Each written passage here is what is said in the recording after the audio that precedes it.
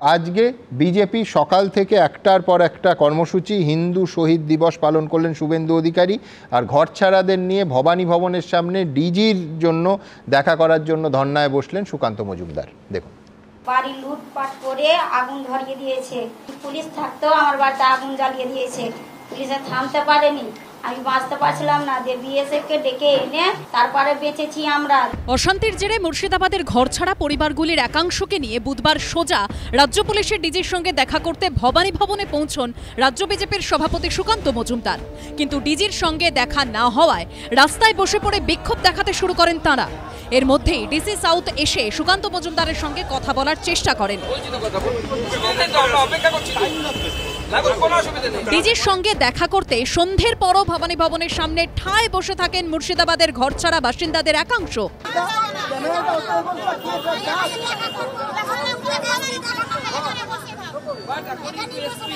DG তো নেই বলছেন, কখন আসবেন তাও ঠিক নেই। পুলিশের উপরে ভরসা রাখতে পারছেন না, কি চাইছেন আপনারা?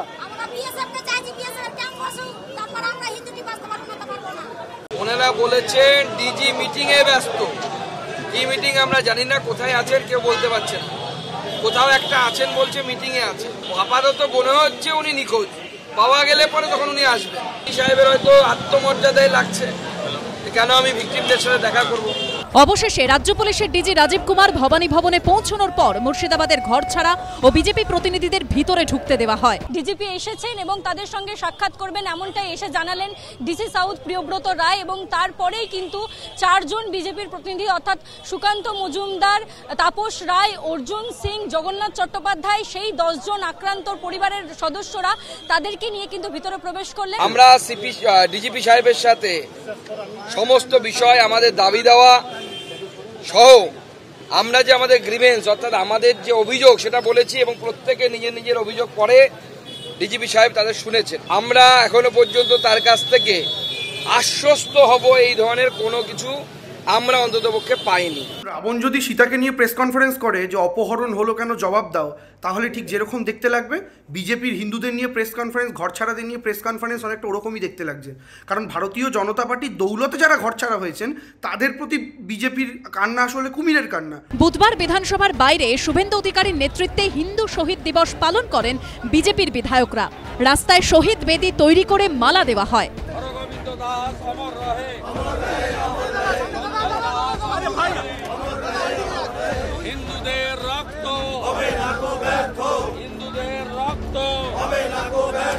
হরগোবিন্দ দাস এবং চন্দন দাসের খুনে প্রধান অভিযুক্ত মমতা ব্যানার্জি। চোখের জল ফেলুন, চোখের জলে শপথ নিন, এই হিন্দু বিরোধী সরকারকে আমরা ফেলবো, খুনিদের জেলে পুরবো। মৃতদেহের ওপরে দাঁড়িয়ে রাজনীতি করাটাই তো বিজেপির স্বভাবসিদ্ধ ভঙ্গি। আমি তো এক্সপেক্ট করেছিলাম হিন্দু শহীদ দিবস শুভেন্দুবাবু আপনারা সেই দিন পালন করবেন যেদিন এদেশের কোটি কোটি হিন্দু ভক্তির টানে বিজ্ঞাপন দেখে, বিজ্ঞাপনে প্রভাবিত হয়ে মহাকুম্ভে স্নান করতে গেলেন নিজেদের আস্থার জন্য, নিজেদের বিশ্বাসের জন্য। আর সেখানে আপনাদের যোগী আদিত্যনাথের প্রশাসনের দুর্বলতার জন্য, প্রশাসনের ত্রুটির জন্য, ব্যবস্থাপনার ত্রুটির জন্য শয়ে শয়ে হিন্দুকে প্রাণ দিতে হলো, পদপিষ্ট হয়ে মরতে হলো, যার হিসাব পর্যন্ত আজ পাওয়া গেল না। সব মিলিয়ে মুর্শিদাবাদে ওয়াকফ প্রতিবাদে অশান্তি ঘিরে তুঙ্গে চাপানো তোর। অনির্বাণ বিশ্বাস ও ঝিলম করঞ্জাইয়ের রিপোর্ট, এবিপি আনন্দ। দেখুন, রাজনীতির দায় বা প্রশাসনের দায় কে নেবে? আমি এই প্রশ্নে একবার পার্থদার কাছে যাব, কিন্তু তার আগে জেলা পরিষদের হিসেবটা বলি। জেলা পরিষদের 78টা আসনের মধ্যে 74টা তৃণমূল কংগ্রেসের, বিধানসভা আসন 22টা জেলা 20টা তৃণমূল কংগ্রেসের, মুর্শিদাবাদ জেলার 3টে সাংসদ 3 জনই তৃণমূল কংগ্রেসের, জঙ্গিপুর, বহরমপুর এবং মুর্শিদাবাদ। আমি ঠিক এই জায়গা থেকে পার্থদার কাছে আসব যে একেবারে সরাসরি পুলিশের দায় নেই, দায় বিএসএফের। প্রশাসনিক পার্ট গেল, রাজনীতির পার্ট, যে প্রশাসনিক দায় একেবারে সরকারের নয় বরঞ্চ ঈশা খান চৌধুরী। আমি এই প্যাটার্নটা নিয়ে একদম যে দেবাংশুকে দেখালেন, আমার মনে হলো মশা আন্দোলন করছে ম্যালেরিয়ার বিরুদ্ধে, আর কিছু না। ও যেসব ম্যালেরিয়া জীবাণুটা এখানে বসে বসে সেই কথাটা বলছে, মশা আন্দোলন করছে ম্যালেরিয়া। আমরা মনুষ্যতর জীবে চলে গেছি, এবার একটু মনুষ্য পদবাচ্য হয়ে পার্থদার কাছে যাব।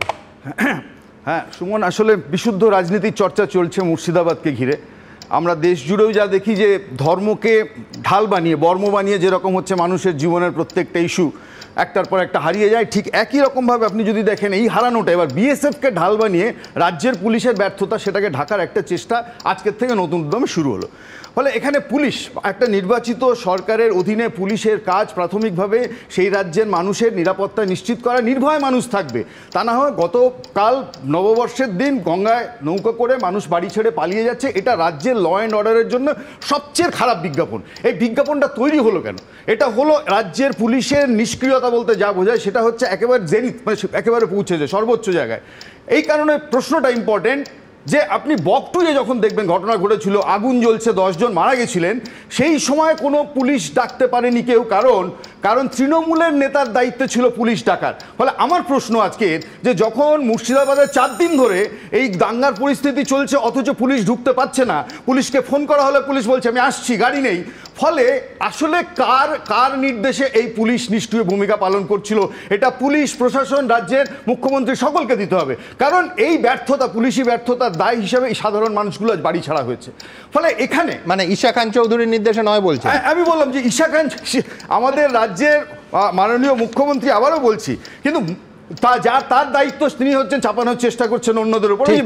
কিন্তু এই মমতা বন্দ্যোপাধ্যায় বিরোধী দলনেত্রী থাকার সময় বারবার 34 বছরের বাম শাসনে বহু ঘরছাড়াকে শুধুমাত্র অন্য জায়গায় ক্যাম্পে যাবতীয় রসদ জুগিয়েছেন দিনের পর দিন, তা নয়, ধর্মতলার ওই তখন বোধহয় ওয়াই চ্যানেল, সেইখানে দিনের পর দিন এনে যে যারা সিপিএমের অত্যাচারে ঘরছাড়া হয়েছেন তাদের নিয়ে মমতা বন্দ্যোপাধ্যায় দিনের পর দিন আন্দোলন করেছেন।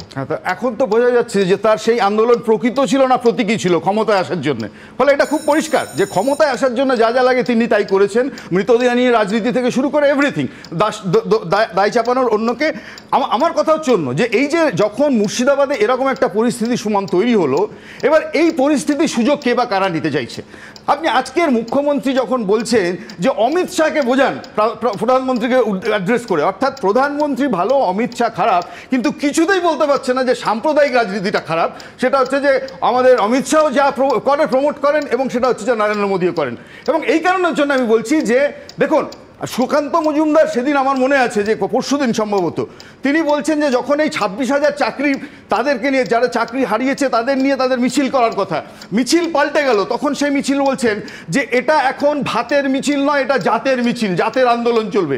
আমি বলছি এখানে ইম্পর্টেন্ট পার্ট যে এবার 26,000 মানুষের চাকরি গেছে শিক্ষকের, তার পেছনে 25 লক্ষ মানুষের আনসার্টেনিটি ছিল।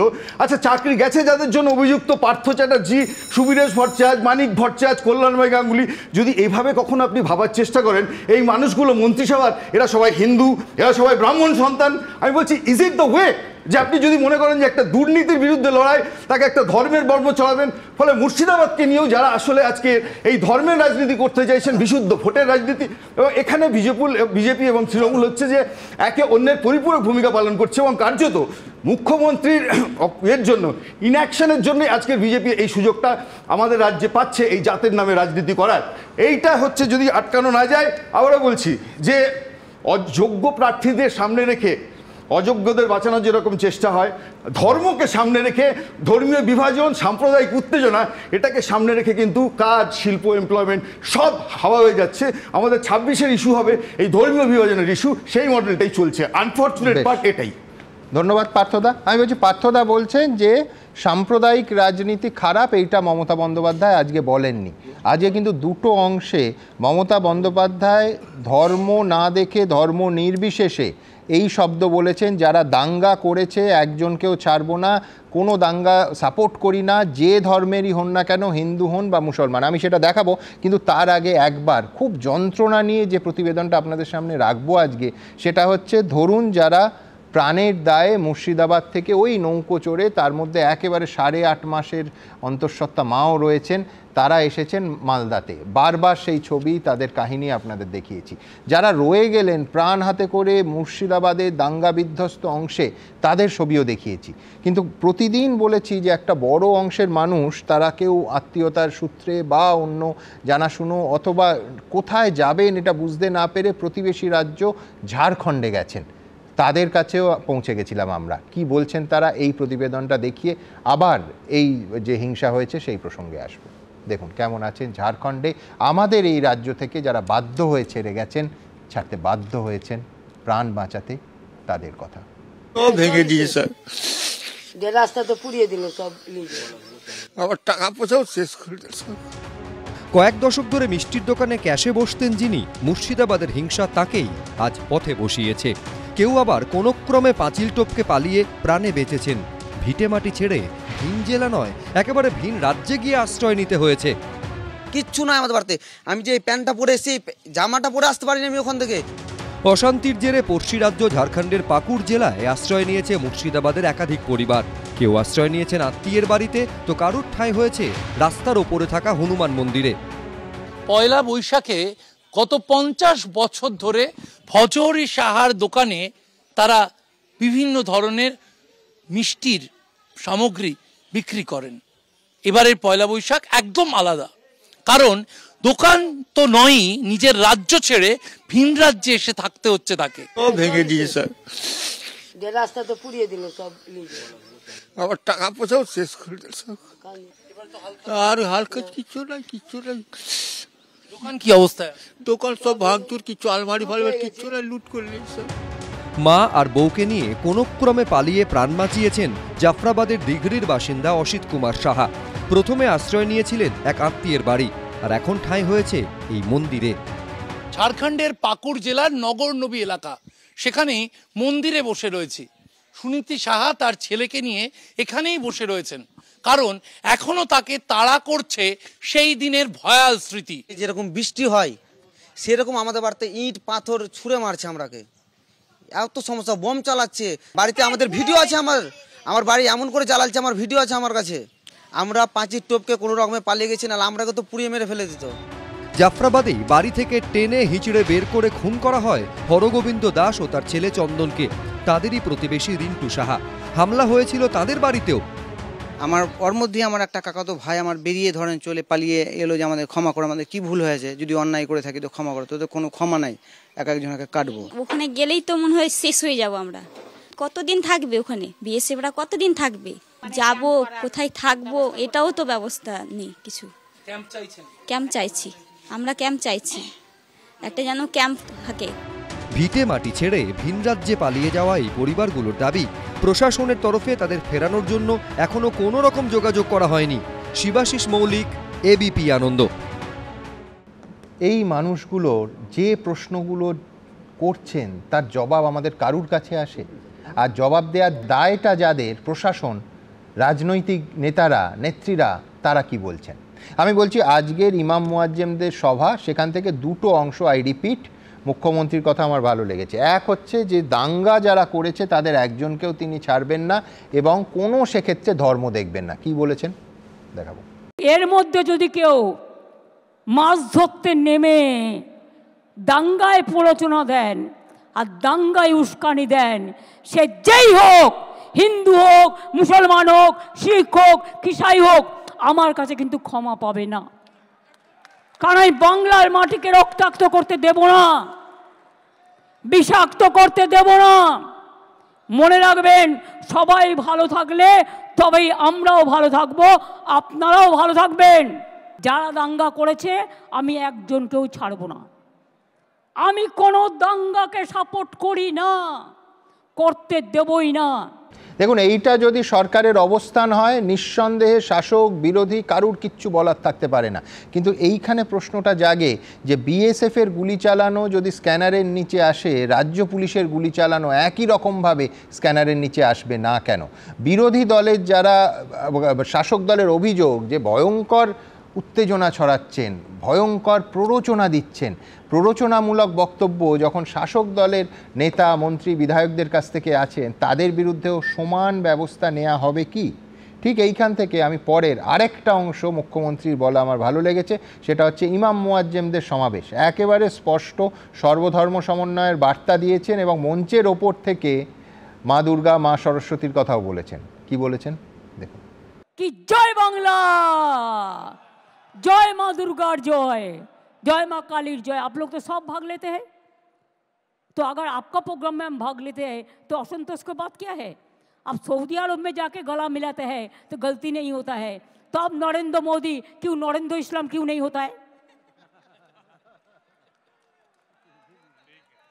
और ममता अगर जाते हैं तो ममता के लिए टाइटल भी बदल देते हैं, आई विड्रॉ नरेंद्र इस्लाम वर्ड, कि मेरे को काटिसी के लिए। अमित शाह जी, आपको तो कोई पहचानता नहीं है, वो इसको ही पहचानता है जो गुजरात दांगा में देखा, वो लोग पहचानता है बहुत अच्छा से, वो आज भी हम लोग नहीं भूला। দেখুন, নেতা নেত্রীরা, বিশেষ করে নির্বাচিত জনপ্রতিনিধিরা যখন তারা নির্বাচিত হয়ে কোনো পদে যান, তাহলে তিনি কি কোনো একটা ধর্মের প্রতিনিধি হিসেবে যান? নয়তো তার উপাধি পাল্টাবে কেন? এ তো বেসিক ফান্ডামেন্টাল প্রশ্ন আমাদের থেকে গেল। আমার পরের বক্তা বাকিবিল্লাহ মোল্লা, যিনি সভাপতি অল ইন্ডিয়া ইমাম অ্যাসোসিয়েশনের, আজকে যারা এই সভাটা আয়োজন করেছেন, তার কাছে আমার পরিষ্কার প্রশ্ন থাকবে যে দেখুন, গোটা দেশের একটা আইন, সেটা পশ্চিমবঙ্গে কিভাবে মমতা বন্দ্যোপাধ্যায় বলছেন যে এখানে এ রাজ্যে আইন লাগু হবে না, আমি জানি না, আমার আইনি জ্ঞান খুব সীমিত, কিভাবে সেটা সম্ভব আমি সত্যিই জানি না। কিন্তু প্রথম দিন থেকে এই রাজ্যের মুখ্যমন্ত্রী ওয়াকফ আন্দোলনের সমর্থক, এবং আজকেও মঞ্চের ওপর থেকে তিনি সমর্থন করেছেন। অথচ দেখুন, গোটা দেশের আইন, গোটা দেশে নানাভাবে নানা ফরম্যাটে প্রতিবাদ হয়েছে, কিন্তু কোনো প্রতিবাদী কার্যত একটা অত্যন্ত বা কম স্কেলে ত্রিপুরার ঘটনা ছাড়া কোনো হিংসাত্মক আন্দোলন ঘটেনি গোটা দেশে। এই রাজ্যে কেউ প্রশ্ন তুলতেই পারেন, তাহলে এই রাজ্যে কি হিংসা করে পার পেয়ে যাওয়া যায়? আজকে মমতা বন্দ্যোপাধ্যায়, বাকিবুল্লার কাছে আমি আসবো, যে একেবারে পরিষ্কার বলেছেন যে আন্দোলনটা দিল্লি গিয়ে করুন, দিল্লিতে প্রধানমন্ত্রীর সময় চান, দিল্লিতে রাষ্ট্রপতির সময় চান, দরকার হলে ট্রেনে যান, দরকার হলে অ্যাপয়েন্টমেন্ট করুন, আমি তো আপনাদের পক্ষে। স্ট্র্যাটেজিক মুভ কিনা জানি না, কিন্তু বাকিবুল্লার কাছে আমার প্রশ্ন থাকবে যে এই রাজ্যে কেন অশান্তি হবে, এবং সেই অশান্তি যখন হয়েছে কতটা তার বিরুদ্ধে, এই হুলিগানিজম, এই গুন্ডামির বিরুদ্ধে আপনারা সরব হয়েছেন। বিসমিল্লাহির রহমানির রহিম। ইন দ্য নেম অফ আল্লাহ। সর্বপ্রথমে মুর্শিদাবাদ, ভাঙড় সহ সারা রাজ্যে যারা ওয়াকফ নিয়ে আন্দোলন করছেন, অল ইন্ডিয়া ইমাম অ্যাসোসিয়েশনের পক্ষ থেকে আন্দোলনকারীদের কাছে শান্তিপূর্ণভাবে, সুশৃঙ্খলভাবে আন্দোলন করার জন্য অনুরোধ করছি। যারা গাড়ি জ্বালিয়ে, রাস্তা অবরোধ করে মানুষকে কষ্ট দিয়ে আন্দোলন করছে, তাদেরকে বিরত থাকার জন্য আহ্বান করছি। আমি দুজনকে কুপিয়ে খুন করা হয়েছে, দুজনকে কুপিয়ে খুন করা হয়েছে বাড়ি থেকে বের করে। প্রকৃত মুসলিম বা প্রকৃত হিন্দু যারা, তারা কখনো এই হিংসা করে না, হিংসা ছড়ায় না। আমি এর আগেও এবিপি আনন্দ অনুষ্ঠানে এসে বলেছি যে সংখ্যাগুরুদের দায়িত্ব সংখ্যালঘুদের নিরাপত্তা দেওয়া। মুর্শিদাবাদে সংখ্যাগুরু হচ্ছে মুসলিমরা, সংখ্যালঘু হিন্দু সম্প্রদায়ের ভাইরা। ওখানকার মুসলিমদের দায়িত্ব হিন্দু ভাইদেরকে নিরাপত্তা দেওয়া। তাই আমরা সর্বপ্রথমে শান্তি সম্প্রীতির কথা বলবো। সারা ভারতবর্ষের মাটিতে শান্তি সম্প্রীতি বজায় থাক, এটা আমাদের আবেদন। দ্বিতীয় কথা, আমরা দেখেছি এই ওয়াকফ আইনে, ওয়াকফ নিয়ে যখন সংসদে ভোট হয়েছে, আমরা দেখেছি লোকসভায় সম্ভবত 233টি ভোট এই ওয়াকফ বিলের এগেনস্টে ভোট পড়েছে। তার মধ্যে 46 জন মুসলিম সাংসদ রয়েছে এবং 187 জন অমুসলিম সাংসদ। রাজ্যসভায় 95 জন ওয়াকফ বিলের এগেনস্টে ভোট দিয়েছে, তার মধ্যে 12 জন মুসলিম সাংসদ এবং 83 জন অমুসলিম সাংসদ। সুতরাং এর দ্বারা প্রমাণিত হচ্ছে যে অমুসলিমরাও কিন্তু ওয়াকফ বিলের এগেনস্টে অমুসলিম সাংসদরাও ভোট দিয়েছে। তাই আমাদের লড়াই হিন্দু ভাইদের সাথে নয়, আমাদের লড়াই কেন্দ্রীয় সরকারের এই জনবিরোধী নীতির বিরুদ্ধে। তৃতীয় কথা বলবো, আজকে সুপ্রিম কোর্ট পরিষ্কার কয়েকটি কথা বলেছে, আমাদের খুব ভালো লেগেছে। যে 1 নম্বর কথা সুপ্রিম কোর্ট বলেছে, ধর্ম নিরপেক্ষতা সবার জন্য প্রযোজ্য হওয়া দরকার। এটা আমাদের আমরা অত্যন্ত খুশি এবং আমরা তাকিয়ে আছি যে দেশের সর্বোচ্চ আদালত এই ওয়াকফ ইস্যু নিয়ে যে পিটিশন দাখিল হয়েছে, নিশ্চিতভাবে একটা ভালো কিছু আমাদের জন্য কিছু শোনাবে। আর একটা কথা আমাদের খুব ভালো লেগেছে, সুপ্রিম কোর্ট বলেছে যে এই বোর্ডে 22 জন সদস্যের 8 জন মুসলিম কেন? তাহলে অমুসলিমদের ট্রাস্টে মুসলিমদের জায়গা হবে তো? এটাও আমাদের খুব ভালো লেগেছে। আমাদের প্রথম দিন থেকে দাবি ছিল, আমরা দেখেছি যে রাম মন্দিরের ট্রাস্টে কোনো মুসলিম সদস্য নেওয়া হয়নি, তাহলে ওয়াকাফের যে নতুন যে আইন তৈরি করেছে কেন্দ্রীয় সরকার, এখানে অমুসলিমদের কেন নেওয়া হবে? এটা আমাদের প্রশ্ন। আমরা দেখেছি যে ওয়াকাফ নিয়ে বাকিবুল সাহেব, সুপ্রিম কোর্ট কিন্তু পাশাপাশি এটাও আজকে বলেছে যে মামলা চলাকালীন, যখন মামলা চলছে, যে ধরনের হিংসা হচ্ছে সেটাও সম্পূর্ণ অনুচিত, সেটা হওয়া উচিত নয়। এটাও আমি প্রথমেই তো বলেছি যে যারাই আন্দোলন করছে শান্তিপূর্ণভাবে আপনারা আন্দোলন করুন, আমরা কখনো এটা সমর্থন করি না। যারাই হিংসা ছড়াচ্ছে, যারা ভাঙচুর করছে, যারা রাস্তা অবরোধ করছে, যারা মানুষকে কষ্ট দিচ্ছে, যারা গাড়ি জ্বালাচ্ছে, তাদেরকে আমরা কখনো সমর্থন করি না। আমরা মাননীয় প্রধানমন্ত্রী এবং দেশের স্বরাষ্ট্রমন্ত্রীর কাছ থেকে শুনেছি যে এই ওয়াকাফ আইন মুসলিমদের উন্নয়নের জন্য। আমরা দেখেছি মুখ্যমন্ত্রী বলেছেন যে দিল্লি গিয়ে আন্দোলন করুন। মাননীয় মুখ্যমন্ত্রী তিনি সমস্ত ধর্মের মানুষের পাশে তিনি আছেন। আমরা দেখেছি যে এই যেহেতু ওয়াকাফ আইনটা কেন্দ্রীয় সরকার করেছে, তারা বলছে যে মুসলিমদের ভালোর জন্য করছি। আমরা দেখেছি যে এই লোকসভা এবং রাজ্যসভায় সম্ভবত একজন বিজেপির সাংসদ যিনি মুসলিম, এবং এই কেন্দ্রীয় সরকারের মন্ত্রিসভায় একজন সংখ্যালঘু মন্ত্রী নেই, সংখ্যালঘু সম্প্রদায়ের মন্ত্রী নেই। তাহলে বিজেপি মুসলিমদের কিভাবে উন্নয়ন করবে? ঠিক, কিন্তু একটা বিল বা আইন সেটা মেরিটের বেসিসে বিচার হবে।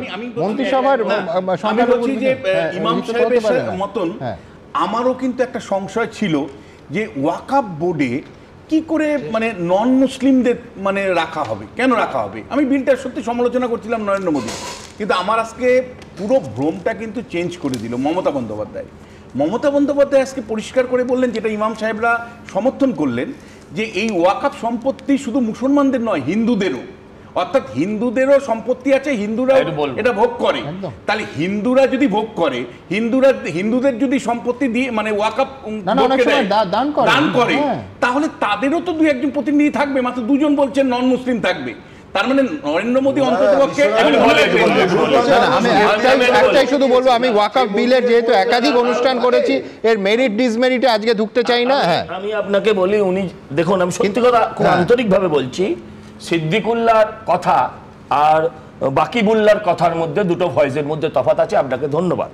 আমি বলছি যে আপনি এইখানে বললেন না যে হিন্দুদের কেন থাকবে, যেটা উনি বললেন, বিশ্বনাথ দা বললেন যেহেতু হিন্দু প্রপার্টির বিষয় আছে। আমি ধরছি যে হিন্দুরা যে সবসময় প্রপার্টি দিয়েছে তা তো নয়।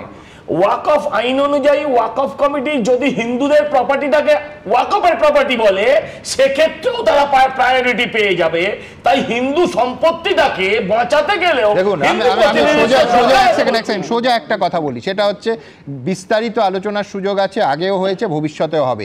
প্রচুর জিনিস আছে এই বিলের যেটা ঐতিহাসিক, সদর্থক। প্রচুর জিনিস ওনাদের মনে হতেই পারে যে এটা সম্পূর্ণ নেতিবাচক, এর বিরুদ্ধে আন্দোলন হওয়া দরকার। কিন্তু আমার প্রশ্ন হচ্ছে সোজা কথা আন্দোলনের প্রকরণ নিয়ে।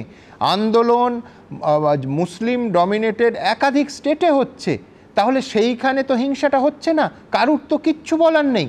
আমি বলছি নিঃসন্দেহে গলা খুলে, এটা গণতন্ত্র, এরম কোথাও নেই। এর আগেও আমি বলেছি যখন সিএ বা এনআরসি হয়েছিল, যে বিল বা আইনের বিরুদ্ধে কারুর প্রতিবাদ থাকলে সেটা কার্পেটের তলায় রাখতে হবে না, আন্দোলন করুন। কিন্তু তার জন্য সিএ এর সময় 3 দিন ধরে ট্রেন জ্বালানো হলে সেটাকে গুন্ডামি বলে, সেটা হুলিগানিজম বলে, সেটা লুম্পেনিজম বলে। আর এখন যে চেহারা মুর্শিদাবাদ মালদার একটা অংশ নিয়েছে, সেটাকে ওই একই শব্দ প্রয়োগ করব আমি। কিন্তু এইখান থেকে মুখ্যমন্ত্রী আজকে মঞ্চের ওপর থেকেই বললেন যে সমস্যা তো এখানকার নয়, দিল্লি গিয়ে আন্দোলন করুন। পরের প্রতিবেদন। এখানে করে লাভ নেই, এখানে আমি আছি। If there is a crisis, be cool and peaceful.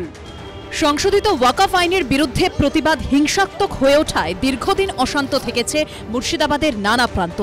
দেশজুড়ে বিরোধীদের সমালোচনায় বিদ্ধ হয়েছেন মমতা বন্দ্যোপাধ্যায়। এই আবহে নেতাজি ইন্ডোরে ইমাম মুয়াজ্জিমদের সম্মেলন থেকে সংখ্যালঘুদের উদ্দেশ্যে ইঙ্গিতপূর্ণ বার্তা দিলেন মুখ্যমন্ত্রী। আপনাদের বলবো, বাংলায় আন্দোলন করে লাভ নেই, আন্দোলনটা দিল্লিতে গিয়ে করুন। এখানে করে লাভ নেই, এখানে আমি আছি। দিল্লিতে প্রধানমন্ত্রীর কাছে টাইম চান, দিল্লিতে রাষ্ট্রপতির কাছে টাইম চান। আপনারা সংগঠন থেকে অ্যাপয়েন্টমেন্ট করুন, দরকার হলে ট্রেনে যান, দরকার হলে ট্রেনে যান, দরকার হলে অ্যাপয়েন্টমেন্ট করুন, করে আপনাদের প্রতিবাদ জানান। আমি তো আপনাদের পক্ষে, আমি সর্বধর্মের পক্ষে। পশ্চিমবঙ্গে যে আন্দোলন হচ্ছে এটা ওয়াকফ বিরোধী আন্দোলন নয়, এটা মৌলবাদী ধর্মান্ধ কিছু মানুষজন যাদের প্ররোচনা দিয়েছে তৃণমূল কংগ্রেস এবং তৃণমূল কংগ্রেসের নেতা মন্ত্রীরা পশ্চিমবঙ্গকে ইসলামিক রিপাবলিক বানানোর একটা চক্রান্ত। মুখ্যমন্ত্রী সমাধান করতে পারবেন না, কারণ তিনি বাঘের পিঠে চড়ে বসছেন, নামবেন কি করে? এ তো সব তাদেরই তৈরি করা। এরই সঙ্গে 1 বছর পর দিল্লিতে অনেক পরিবর্তন হবে বলেও ইঙ্গিতপূর্ণ মন্তব্য করেন মমতা বন্দ্যোপাধ্যায়। আগামী 1 বছর আপনাদের ধৈর্য ধরতে হবে, কারণ এরপর অনেক পরিবর্তন হবে দিল্লিতে। সেদিনটার জন্য অপেক্ষা করব। আবার নতুন সরকার হবে এবং নতুন সরকারে আশা করি হামাগুড়ি বাবু থাকবেন না। দরকার হলে যেদিন বিজেপি ক্ষমতা থেকে যাবে, যে আইনগুলো অ্যান্টি পিপুল করেছে সেই আইনের আবার কনস্টিটিউশন অ্যামেন্ডমেন্ট করে আইনগুলোকে বদলাতে হবে। মুখ্যমন্ত্রী মমতা বন্দ্যোপাধ্যায় তার জীবদ্দশায় কেন্দ্রে কোনো অবিজেপি সরকার দেখে যেতে পারবেন না। অমিত শাহকে হামাগুড়ি বাবু বলছেন, অমিত শাহের আগমন তিনি দেখছেন, মেঘদূত দেখতে পাচ্ছেন কালিদাসে আসছে। তৃণমূলের বিদায় নিশ্চিত, কেউ তৃণমূলকে আর তরি পার করাতে পারবে না। লোকসভা নির্বাচন 2029 সালে, অর্থাৎ এখনো বছর 4 বাকি। তাহলে 1 বছর বাদে দিল্লিতে বড় পরিবর্তন কি হবে? চলতি বছরের সেপ্টেম্বর মাসের 17 তারিখ নরেন্দ্র মোদী 75 বছরে পা দেবেন। তারপর কি তিনি সক্রিয় ভোট রাজনীতি থেকে অবসর নেবেন? নতুন কেউ প্রধানমন্ত্রী হবেন? রাজনৈতিক মহলে এই জল্পনা দীর্ঘদিনের। মমতা বন্দ্যোপাধ্যায় কি সেদিকেই ইঙ্গিত করার চেষ্টা করলেন? আশাবুল হোসেন, অর্ণব মুখোপাধ্যায় ও ময়ূখ ঠাকুর চক্রবর্তীর রিপোর্ট, এবিপি আনন্দ। আমার পরের বক্তা ব্রহ্মবিদ্যানন্দ ব্রহ্মচারী মহারাজ, মহাসচিব অখিল ভারতীয় সন্ত সমিতি। আজকে ওনারা ডিজি সাহেবের সঙ্গে দেখা করতে গেছিলেন, সেখানে সময় চেয়ে সময় পাননি। একেবারে স্পষ্ট বলছেন যে পশ্চিমবঙ্গে যা চলছে আইনের শাসন নেই, রাষ্ট্রপতি শাসনের দাবি করছেন। কিন্তু আমি ঠিক উল্টো দিকে ওনার কাছ থেকে প্রশ্নে আসব যে মুখ্যমন্ত্রী বলছেন তিনি সব ধর্মকে সমান চোখে দেখেন। এই পরশু মানে 14 তারিখ কালীঘাটের স্কাইওয়াক হলো, শুধু পুণ্যার্থীদের সুবিধে হবে তা নয়, গোটা জায়গাটা একটা স্টেট অফ আর্ট তৈরি হয়েছে। আজকে ইমাম মুয়াজ্জেনের সভা করলেন সকালে, তারপর দীঘায় জগন্নাথ মন্দির নিয়ে বৈঠক করলেন, অক্ষয় তৃতীয়া তার উদ্বোধন হবে। সব ধর্মকে এই সরকার সমানভাবে দেখে দাবি করছেন। পশ্চিমবঙ্গ আজকে একটি অগ্নিগর্ভ এক নারকীয় পরিস্থিতির মধ্যে দিয়ে যাপন করছে।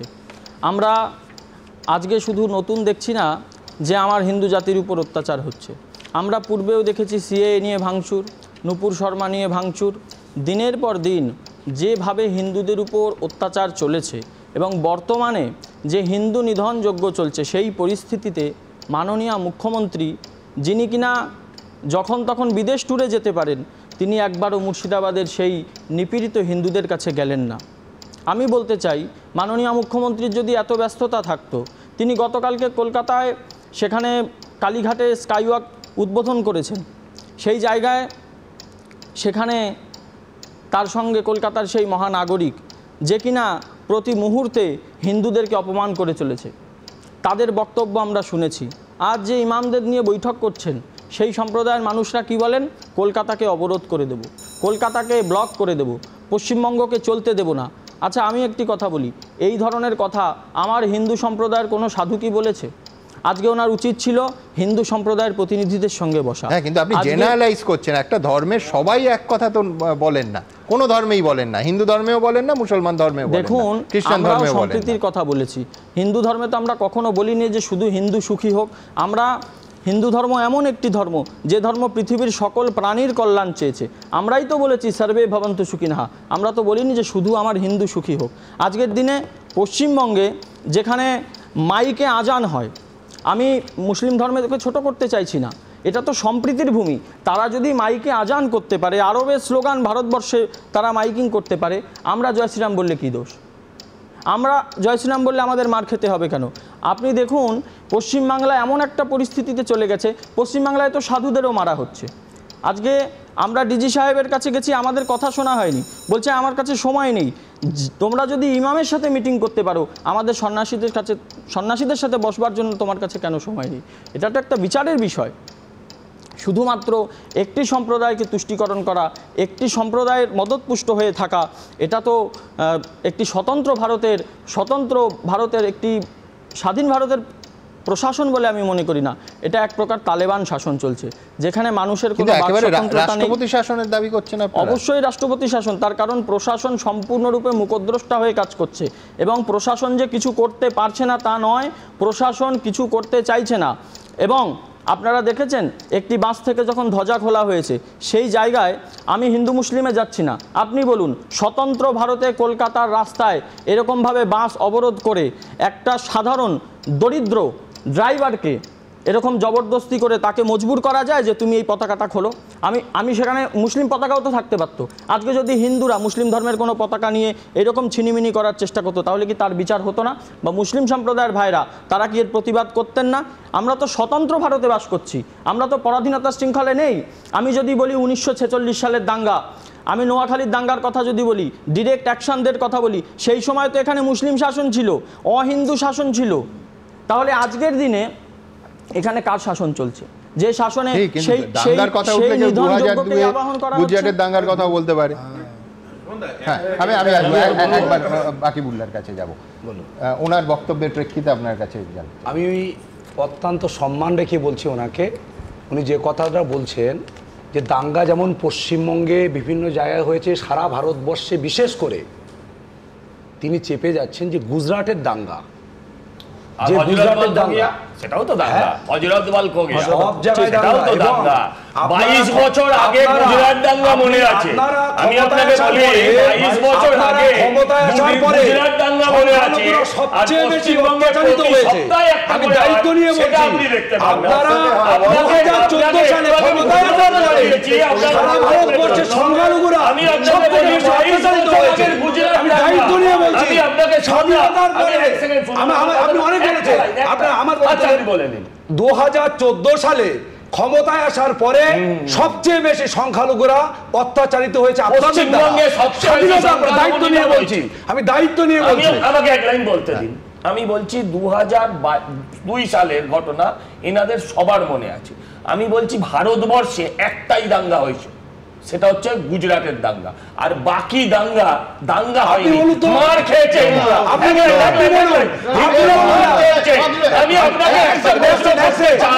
আমি আপনাকে একটা প্রশ্ন করতে চাই যে আপনারা 2002 সালের দাঙ্গার কথা বলছেন, আপনারা ভুলে যাচ্ছেন হযরত বালে কি নিয়ে দাঙ্গা হয়েছিল।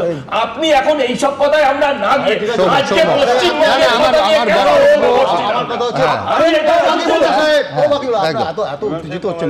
আমার কথা হচ্ছে যে ওর মনে আছে 2002 সালের দাঙ্গা হয়েছে, তারপরে কি হয়েছে, কিন্তু এটা মনে নেই যে 2002 সালের দাঙ্গার পরেও মমতা ব্যানার্জি ওই সরকারই ছিল, সেটা কি মনে আছে? আমি এক মুহূর্তে দাঁড়িয়ে টানবো, আমি আসবো, সবার কাছে আসবো, কিন্তু আমার প্রশ্ন খুব পরিষ্কার, সেটা হচ্ছে মুজাফফরনগরের হোক কিংবা গুজরাটের হোক কিংবা হযরতবাল নিয়ে যেটা দীর্ঘদিন এত শয় মানুষের প্রাণ চলে গেছে সেইটা হোক, পিছনে কিন্তু প্রভোকেশন, আর আমি রিপিট করতে চাই এক্সট্রিম প্রভোকেশন আছে।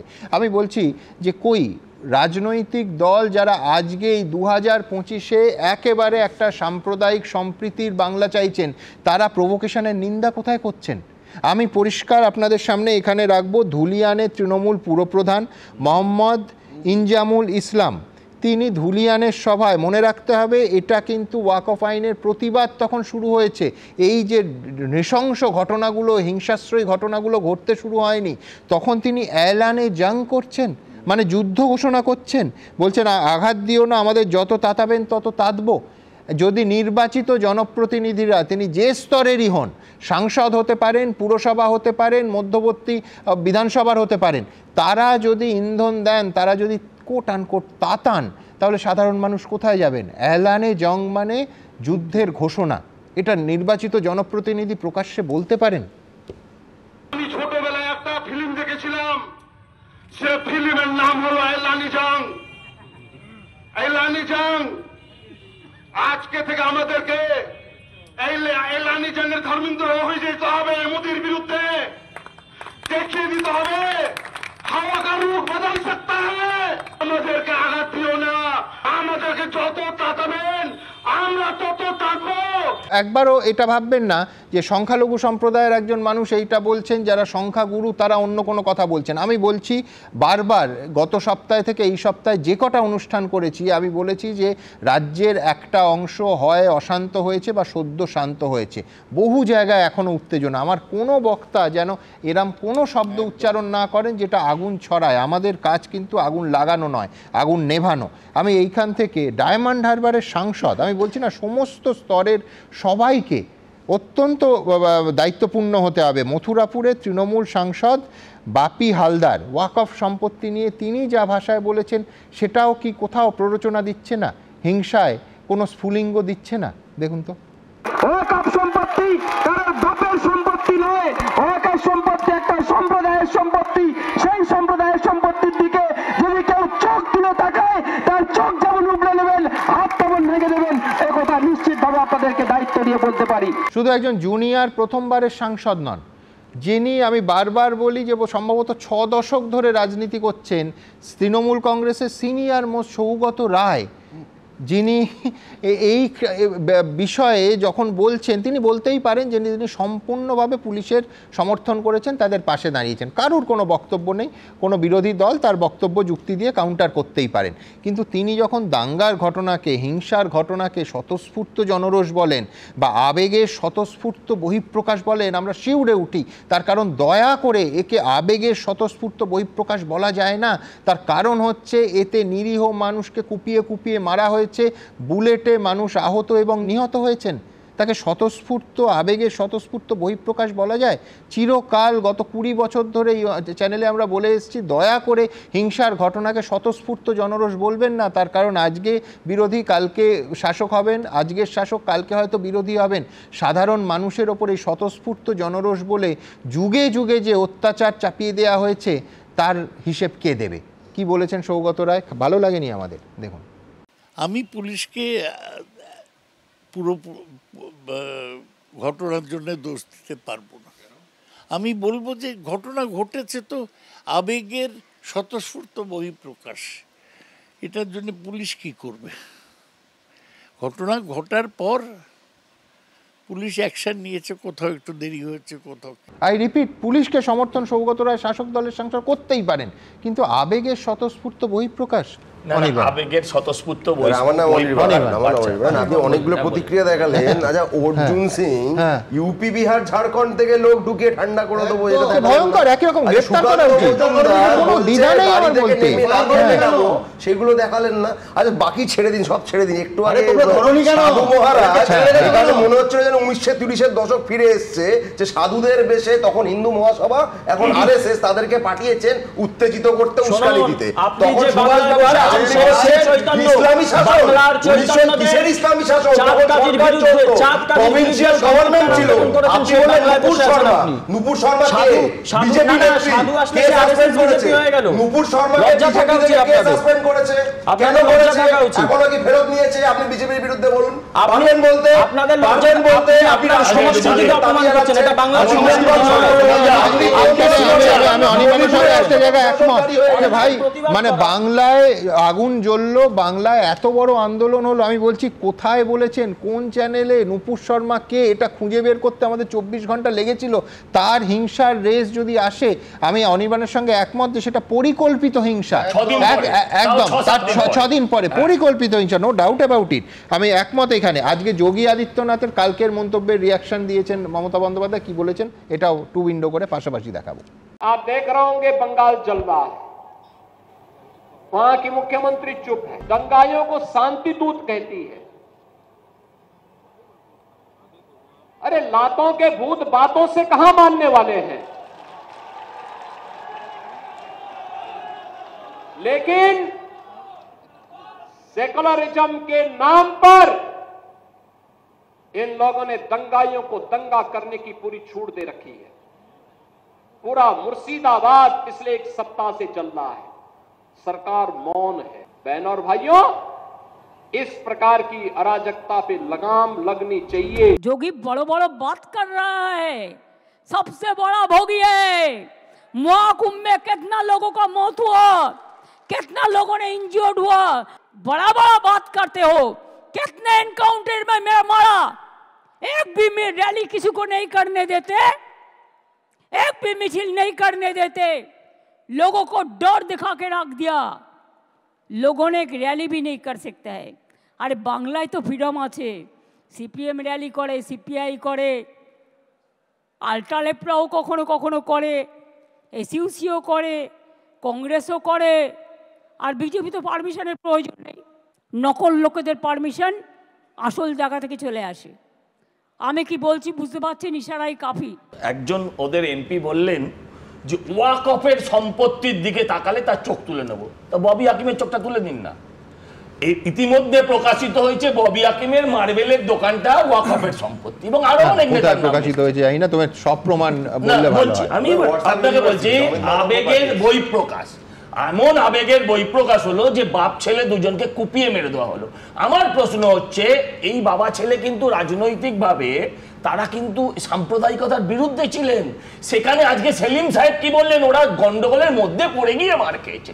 এই যে আত্মসমর্পণ করা সেকুলারিজমের নামে সাম্প্রদায়িকতার কাছে, এটাকেও ধিক্কার জানানো উচিত। লড়াইটা ভাতের ছিল না ওখানে, লড়াইটা কিন্তু ওখানে জাতেরই ছিল, কিন্তু স্বীকার করেনি নিজের দলের শহীদদের না। ঠিক আছে, এবার বামেদের শহীদ কি হবে, বামেদের ঠিক করতে দিন, তাদের শ্রদ্ধা জানানোর এই কারণে যে এটা কিন্তু ধর্ম পরিচয়ের কারণেই ওনার মৃত্যু হয়েছে। ওই এলাকাটা শুরু হয়েছে, ওটা প্রথম বাড়ি হচ্ছে এই দুজনে। এটা কোনো দাঙ্গা থামাতে গিয়ে মৃত্যু হয়নি, বাড়ি থেকে বের করে মারা হয়েছে।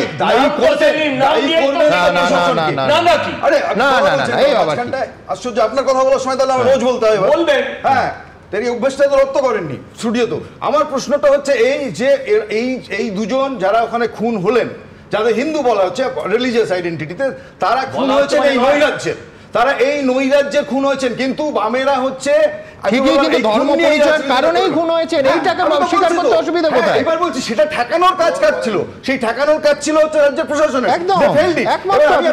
একটাই, সৌগত রায় আজকে যেটাকে আবেগের বহিঃপ্রকাশ বলছেন না, মোহাম্মদ আখলাককে দুপুরবেলা যখন উত্তরপ্রদেশে মারা হয়েছিল, তখন ওখানেও কিন্তু একই যুক্তি এসেছিল, আবেগের বহিঃপ্রকাশ।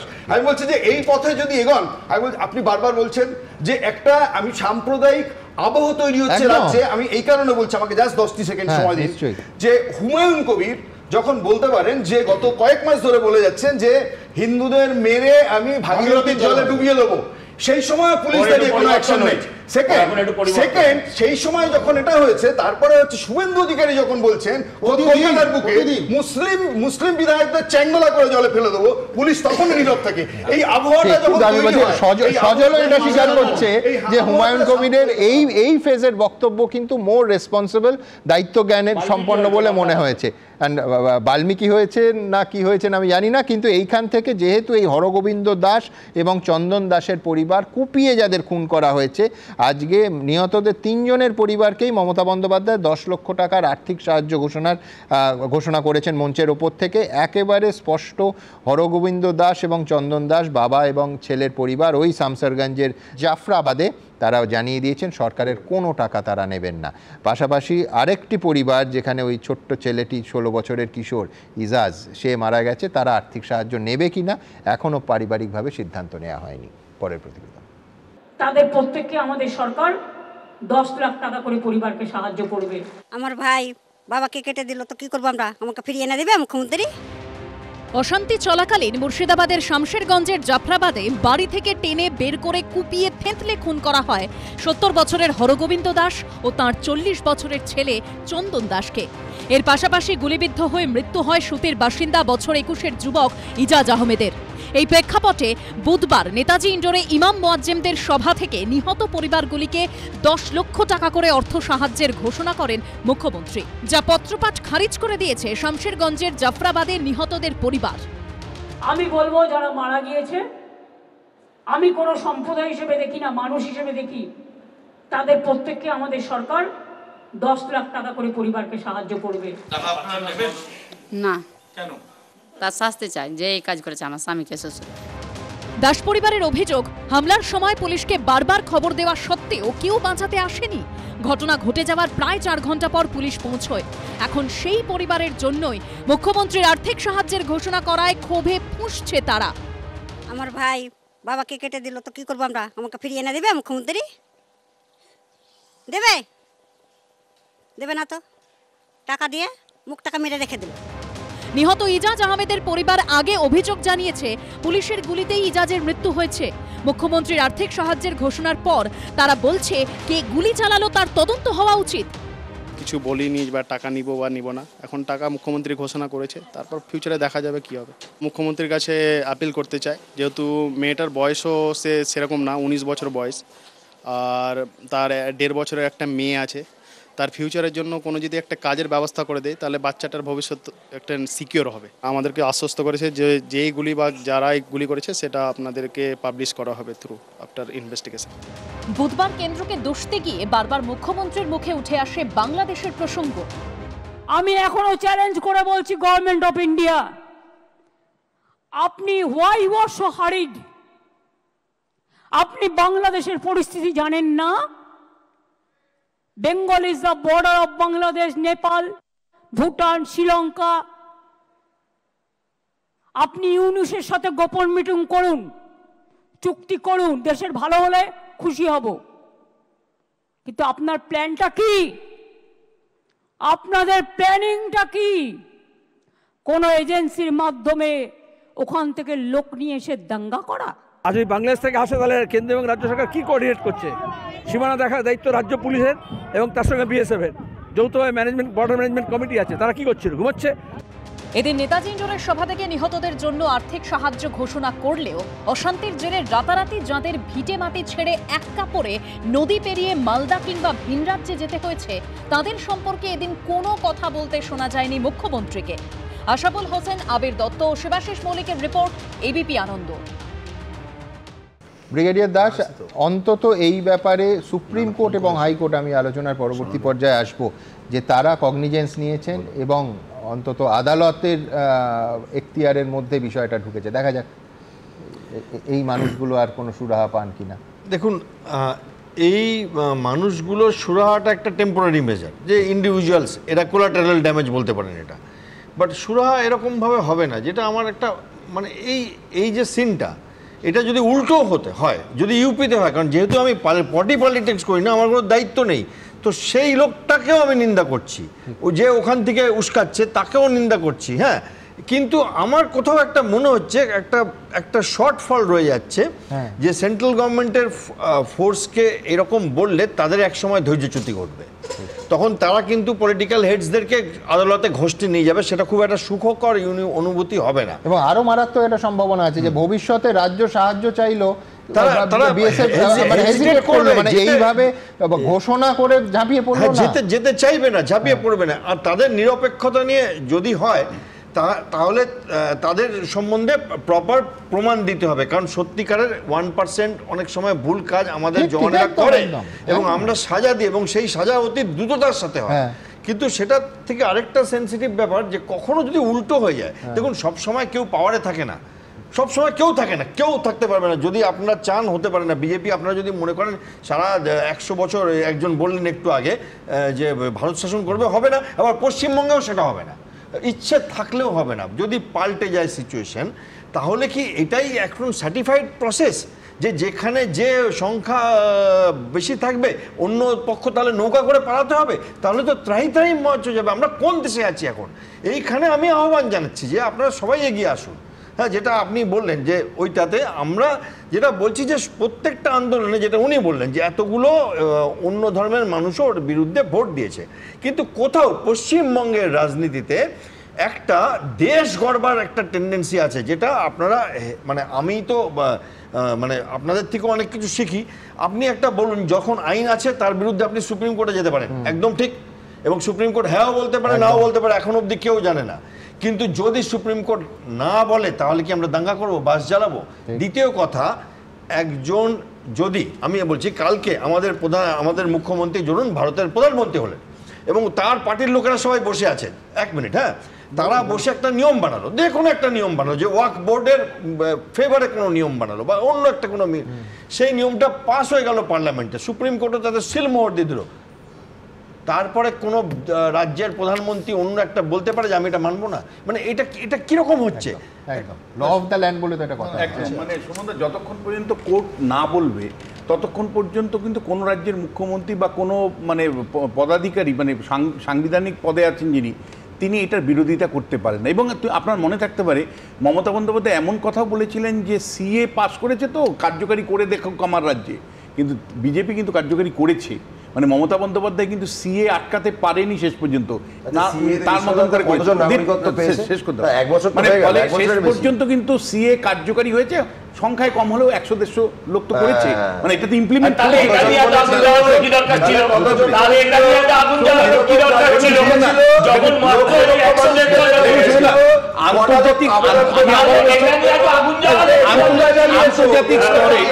আন্তর্জাতিক স্তরে কিন্তু ইউনুস মানে নরেন্দ্র মোদী ইউনুসের সাথে গোপন বৈঠক করেছে, এটা কিন্তু ভীষণ তাৎপর্য। মানে মমতা বন্দ্যোপাধ্যায় সরাসরি বলছেন যে ইউনুসের সাথে গোপন বৈঠক করতে হয়েছে, কি কন্টেস্টে করতে হয়েছে, কেন আমি একটা প্রশ্ন করি। বলেছেন আমাকে বলেছেন যে বিএসএফ কেন রিপ্লাই দিচ্ছে না, ইট টিট মারা হচ্ছে। আমি প্রশ্ন করি, এই যে বিশ্বনাথ দা বললেন যে মোদি এবং ইউনুস দুজনে মিটিং করেছেন, এই কথাটা যদি এই ব্যাপারে পক্ষে বিপক্ষ মমতাদির কথা, তো সেখানে ইউনুস কেন রিঅ্যাকশন জানাচ্ছেন না, সেটাও তো আপনারা জানতে চাইছেন। আবার বলছি যে স্বাধীনতার পরে এই রকম মারাত্মক অভিযোগ ওঠেনি, কিন্তু আপনারা কি বলছেন? আপনারা জানেন আমাদের ভেরিফাইড এক্স অ্যাকাউন্ট, সঙ্গে সুমন@am সুমনদের প্রচুর মন্তব্য। দ্রুত একটা মন্তব্য নিয়ে নেব। কল্যাণ প্রধান তিনি লিখছেন, রাজ্য প্রশাসন চাইলে 24 ঘন্টার মধ্যে হিংসার আগুন নেভাতে পারত, সরকারের সদিচ্ছের অভাবে এই পরিস্থিতি। আভাস দাশগুপ্ত লিখছেন, একে অপরকে দোষারোপ না করে হিংসার মোকাবিলা কেন সময় মতো হলো না, এটাই রাজ্যবাসীর প্রশ্ন। প্রীতম চক্রবর্তী লিখছেন, অশান্তিকে হাতিয়ার করে বিজেপি নিজের পালে হাওয়া টানতে চাইছে। কৃষ্ণচন্দ্র বল লিখছেন, অগ্নিগর্ভ পরিস্থিতির জন্য মুখ্যমন্ত্রী শুধু নিজের প্রশাসনিক দায় এড়িয়ে একে তাকে দোষারোপ করছেন। সুভাষ ঘোষাচার্য লিখছেন, শয়ে শয়ে মানুষ চোখের জল মুছতে মুছতে অন্য জেলায় অন্য রাজ্যে চলে গেল, এ কোন বাংলা? ঠিক এই জায়গা থেকে আমার পরের প্রতিবেদন। আবার বলছি, সুপ্রিম কোর্ট এবং হাইকোর্টে একাধিক মামলা এই নিয়ে হয়েছে, শুনানি শুরু হলো বলে। দেখুন, অশান্তি নিয়ে আমি চিন্তিত। মামলা যখন আদালতে আছে তখন এই ধরনের হিংসা ঠিক নয়। ওয়াকফ মামলার শুনানি চলাকালীন এই ভাষাতেই উদ্বেগ প্রকাশ করলেন সুপ্রিম কোর্টের প্রধান বিচারপতি সঞ্জীব খান্না। সংশোধিত ওয়াকফ আইনের বিরোধিতায় হিংসার আগুনে পুড়েছে মুর্শিদাবাদের বিভিন্ন জায়গা, অশান্ত হয়েছে দক্ষিণ 24 পরগনার ভাঙড়ও। এই প্রেক্ষাপটে বুধবার ওয়াকফ আইনের বৈধতাকে চ্যালেঞ্জ করে দায়ের হওয়া মামলার শুনানি ছিল সুপ্রিম কোর্টে। সেখানেই প্রধান বিচারপতির মুখে উঠে এলো অশান্তির প্রসঙ্গ। তিনি বলেন, অশান্তি নিয়ে আমি চিন্তিত। মামলা যখন আদালতে আছে তখন এই ধরনের হিংসা ঠিক নয়। তখন কেন্দ্রীয় সরকারের তরফে সলিসিটর জেনারেল তুষার মেহতা বলেন, চাপ প্রয়োগের জন্য হিংসার ব্যবহার ঠিক নয়। এর বিরোধিতা করে আইনজীবী কপিল সিব্বল বলেন, চাপ কে তৈরি করছে এটা বলা যাবে না। অন্যদিকে এদিন নেতাজি ইন্ডোরে ইমাম ও মুয়াজ্জেমদের সভা থেকে বাংলায় সভা সমিতির অনুমতি প্রসঙ্গে ইঙ্গিতপূর্ণ মন্তব্য করেন মুখ্যমন্ত্রী। বাংলায় তো ফ্রিডম আছে, সিপিএম র্যালি করে, সিপিআই করে, আল্ট্রালেফরাও কখনো কখনো করে, এসইউসিও করে, কংগ্রেসও করে, আর বিজেপি তো পারমিশনের প্রয়োজন নেই, আসল জায়গা থেকে চলে আসে। নকল লোকেদের পারমিশন আসল জায়গা থেকে চলে আসে। আমি কি বলছি বুঝতে পারছেন, ইশারাই কাফি। যে রাজ্যে বিরোধী দলনেতাকে একটা সভা করবার জন্য হাইকোর্টের দ্বারস্থ হতে হয়, যেখানে বিরোধী দলনেতাকে আক্রান্ত মানুষকে দেখতে, তাদের পাশে দাঁড়াতে গেলে হাইকোর্টের অনুমতির প্রয়োজন হয়, সে রাজ্যে কোনো গণতান্ত্রিক ব্যবস্থা অবশিষ্ট আছে? মুর্শিদাবাদে অশান্তির ঘটনায় এনআইএ তদন্ত চেয়ে কলকাতা হাইকোর্টে দুটি মামলা দায়ের হয়েছে। সংযুক্তা সামন্ত নামে এক আইনজীবী এনআইএ তদন্তের আর্জি জানিয়ে প্রধান বিচারপতির দৃষ্টি আকর্ষণ করেন। বৃহস্পতিবার মামলার শুনানি। বিচারপতি তীর্থঙ্কর ঘোষের এজলাসে একই মর্মে মামলা করেন ঘরছাড়াদের একাংশ। বৃহস্পতিবার এই মামলার শুনানির সম্ভাবনা রয়েছে। এরই মধ্যে অশান্তির তদন্ত করতে 9 সদস্যের বিশেষ তদন্তকারী দল তৈরি করল রাজ্য সরকার। অ্যাডিশনাল এসপি পদমর্যাদার অফিসারের নেতৃত্বে এই টিম জঙ্গিপুর পুলিশ জেলায় সব অশান্তির অভিযোগ খতিয়ে দেখবে। সৌভিক মজুমদার, আশাবুল হোসেন, ময়ূখ ঠাকুর চক্রবর্তী, এবিপি আনন্দ। যে হিংসা নিরীহ মানুষের ঘর পুড়িয়েছে, মা বোনেদের এক কাপড়ে বাড়ি ছেড়ে ক্যাম্পে আশ্রয় নিতে বাধ্য করেছে, তার তীব্র প্রতিবাদ আমাদের তরফে ছিল, আছে, থাকবে। তবে এর উল্টো পিঠের আরেকটা ছবিও আপনাদের দেখাবো, যেখানে হিংসার আধার নয়, আশার রূপলি রেখা আছে। এ যেন রানীপুরের রূপকথা, যেখানে প্রাণের ঝুঁকি নিয়ে মানিক দাসের বাড়ি আগলে রাখেন দুই ভাই সানাউল শেখ এবং উকিল শেখ। গত সপ্তাহে আপনাদের দেখিয়েছিলাম মুর্শিদাবাদের শামসেরগঞ্জে হিন্দু প্রতিবেশীরা কিভাবে মুসলিম প্রতিবেশীদের বুক দিয়ে আগলে রেখেছিলেন। আজ দেখাবো রানীপুরের সানাউল শেখ, উকিল শেখরা কিভাবে প্রতিবেশী মানিক দাসের পাশে থেকেছেন। আগাগোড়া এটাই বাংলা, আমাদের বাংলা। একই রকমই রুখে দাঁড়াবো, এতে প্রাণ থাকুক আর যে হবে সে হোক। মিথ্যা শুনিনি ভাই, এই হৃদয়ের চেয়ে বড় কোনো মন্দির কাবা নাই। হিংসা হানাহানিতে বিধ্বস্ত মুর্শিদাবাদে শুধুমাত্র হৃদয়ের কথা শুনেছেন এরা। রানীপুরের মানিক দাস আর সানাউল শেখের গল্প যেন হার মানাবে রূপকথাকেও। সানাউল শেখ ও তার ভাই উকিল শেখের বাড়ির উল্টো দিকেই মানিক দাসের বাড়ি।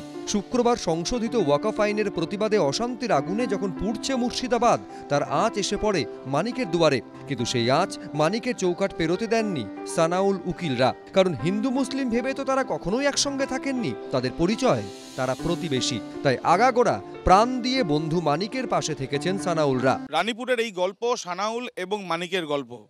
গন্ডগোলের সময় বাড়িতে হামলা হয়েছিল মানিকের। বাঁচার জন্য সানাউলের বাড়ির দুয়ারে এসে তিনি পৌঁছন, ডাকতে শুরু করেন। এরপর সানাউল তার ভাই, যাকে এলাকার বাসিন্দারা উকিল নামে চেনেন, তারাই রুখে দাঁড়ালেন। যারা হামলাকারীরা তারা তাদের রোখার পর এখান থেকে চলে যান। বারবার করে হামলার চেষ্টা হয়েছে, কিন্তু বারবার করে রোখার চেষ্টাও হয়েছে। এরিয়া রুখে উঠে গেল, তারপর ও এসে একটু থামাইলো, চলে গেল। আবার পরে থেকে আবার হো হা করে এসে সব ইট পাথর চালাতে লাগলো। ওনারা তারপরেও চেষ্টা করেছে? হ্যাঁ করেছে, থামতে পারেনি, চেষ্টা করেছিল। মানিকের বাড়ি বাঁচাতে প্রাণের ঝুঁকি নিতেও দ্বিধাবোধ করেননি সানাউল ও তার ভাই। ওরা যখন দ্বিতীয়বার চলে এলো, ঠিক আছে, হাসা মানে আবি যাবি যত অস্ত্র ফস্ত্র যা আছে নিয়ে এলো। দেওয়ারাকেও বলছে কি ভাই চলে যাও, ওরাকে তো পেঠিয়ে দিল, ঝামেলা টামেলা। আপনি কি বললেন যখন যারা হামলাকারী আসলো তাদেরকে সরাসরি কি বললেন? সরাসরি বললাম কি এখানে আমরা শান্ত আছি, শান্ত থাকতে দেন, চলে যাও। আমরা হিন্দু মুসলমানের যুদ্ধ চাই না, একবারে ভাইয়ের মতন ওদের বাড়ির তরকারি খাই, আমাদের বাড়ির তরকারি খাই, দিয়ে ওদের সাথে বিদাবাদ করব, কেন করব? আমিও ছিলাম এখানে, বাইরে থেকে কিছু লোক এসে অশান্তি করার চেষ্টা করেছিল। হ্যাঁ, তো আমরা রুখে দাঁড়ালাম। দিন কয়েক আগে অশান্তির মাঝেই মুর্শিদাবাদের শামশেরগঞ্জে দেখা গেছিল সম্প্রীতির নজির। মুসলিম প্রতিবেশীদের বুক দিয়ে আগলে রেখেছিলেন হিন্দু প্রতিবেশীরা। আর এবার সংকটের মুহূর্তে হিন্দু বন্ধুর পাশে দাঁড়ালেন মুসলিম বন্ধুরা। এই কঠিন সময়েও যেন সানাউল, উকিল, স্বপন, বংশীলালরা সংকল্প নিচ্ছেন, আয় আরো হাতে হাত রেখে, আয় আরো বেঁধে বেঁধে থাকি। আবির দত্ত, এবিপি আনন্দ।